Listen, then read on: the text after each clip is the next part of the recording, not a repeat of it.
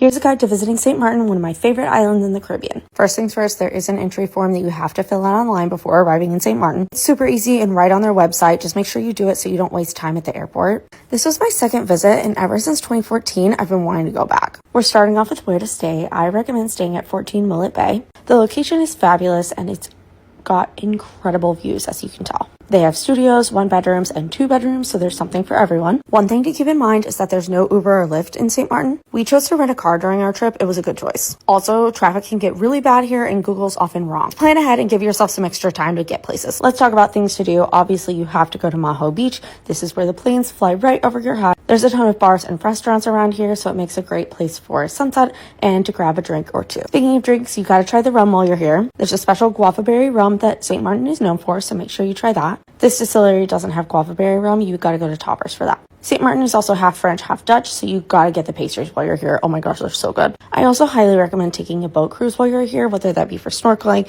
sunset, whatever. We did a dinner cruise and it was really fun.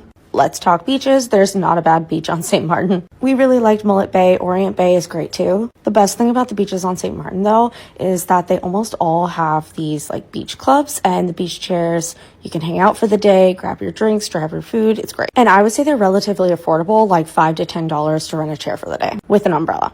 Up next on the list of things to do is visit one of the fortresses. There's one on the French side. There's one on the Dutch side. This is the one on the Dutch side.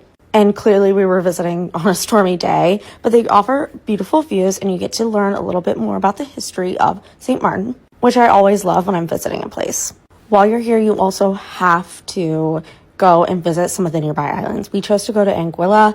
We stayed there for a couple of days and oh my gosh, it was fabulous. Definitely recommend. St. Bart's and Saba are also close by. Those are great options too. Up next, we've got Philipsburg. This is the capital on the Dutch side and well worth spending some time shopping and dining. This area is known for duty-free shopping, really good deals on alcohol and cigars especially. Grab some crepes at the French Touch before you leave and you'll have a great time. Speaking of food, you've got to eat a lot of great Caribbean food while you're here. There's tons of great spots right on the beach. I'd recommend Captain's Rib Shack for some awesome Caribbean barbecue. I'm horrible at food photos, but promise you it's really good. And last but not least, make sure you get out of Philipsburg and the cities and head out further. You can do things like Parrotville. You can go zip lining. You can visit Pinel Island. Tons of options. Get out there. Have a great time in St. Martin. For more in St. Martin, check out the link in my bio for my full guide.